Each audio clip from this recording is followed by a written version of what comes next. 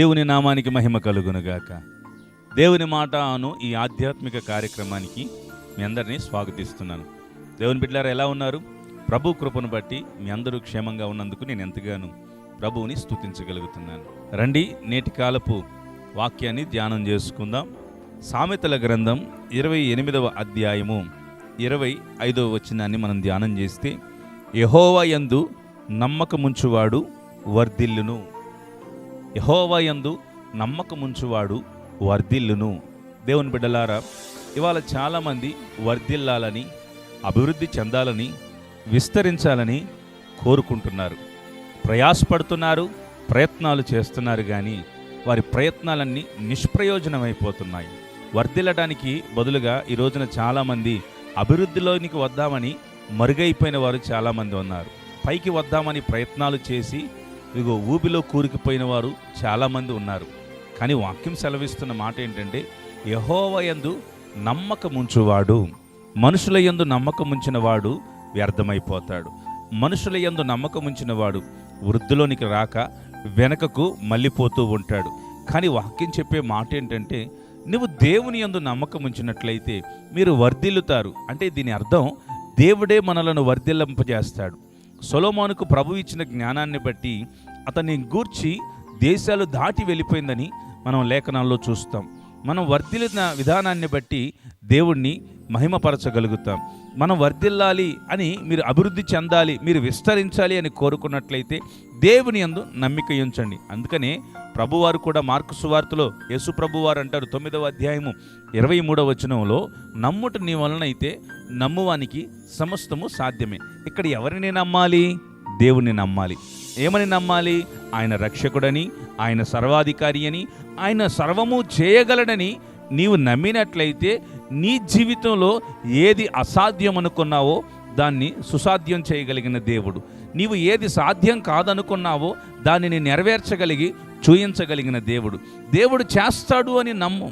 దేవుడు ఉన్నాడు, తను వెదకువారికి, తనను అడుగువారికి ఫలము దయచేస్తాడని నువ్వు నమ్మాలి. నమ్మిక ఎంచకుండా సాదాసీదాగా నువ్వు కాలం గడిపేస్తూ ఉన్నట్లయితే నువ్వు వృద్ధిలోనికి రావు, అభివృద్ధి చెందవు. కారణం ఏంటి? దేవునిని శక్తిహీనునిగా ఎంచి ఉన్నావు, దేవునిని బలహీనునిగా భావించి ఉన్నావు. అలా ఎప్పుడూ అనుకోకండి, అది మన తప్పుడు అభిప్రాయము. దేవుడు బలవంతుడైన వాడు, ఆయన సర్వశక్తిమంతుడైన దేవుడు.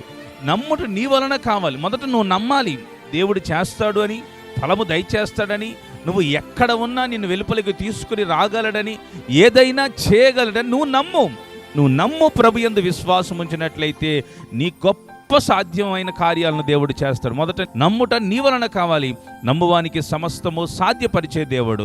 కాబట్టి దేవుడు మార్కు సువార్తలో చెప్పినట్లుగా ఆయన ఏదైనా సాధ్యపరుస్తాడు. నువ్వు ఏ పరిస్థితి నుంచి ప్రభుని అడుగుతున్నావో, ఏమి అడుగుతున్నావో నాకు తెలియదు, కానీ ఈ ఉదయకాలమే దేవుని యందు సంపూర్ణమైన విశ్వాసం ఉంచి నమ్మినట్లయితే ప్రభు నీ జీవితంలో దాన్ని నీకు సాధ్యపరిచి తన బిడ్డగా నిన్ను గణపరుచుకుంటాడు. గనక ప్రభు యందు విశ్వాసం ఉంచిన వారమై ప్రార్థన చేద్దాం.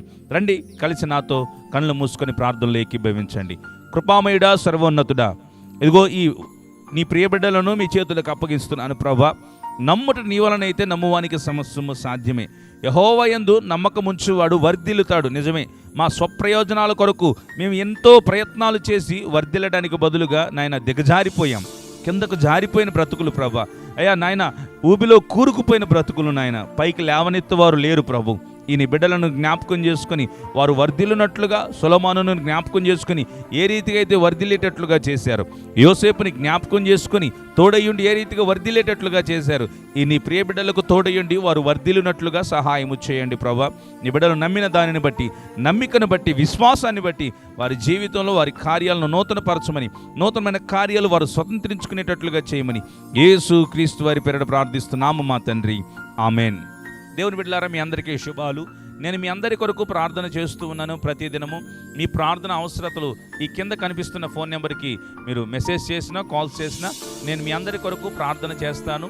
అలాగనే జైన్ 97 అనే మన యూట్యూబ్ ఛానల్ని కూడా ఇంకొను అనేకులకు తెలియపరచండి. మీరు కూడా ఇంకా సబ్స్క్రైబ్ చేసుకోకపోతే సబ్స్క్రైబ్ చేసుకొని మమ్మల్ని ప్రోత్సహించండి. ఈ వాక్యం అనేకులకు చేరినట్లుగా మీ వంతు ప్రయత్నం మీరు చేయాలని ప్రభు పేరిట మనవి చేస్తున్నాను. మా కొరకు, మా పరిచర్యల కొరకు అనుదిన ప్రార్థనలో మీరు కూడా జ్ఞాపకం చేసుకోండి. దేవుడు మిమ్మల్ని దీవించును గాక. Praise the lord.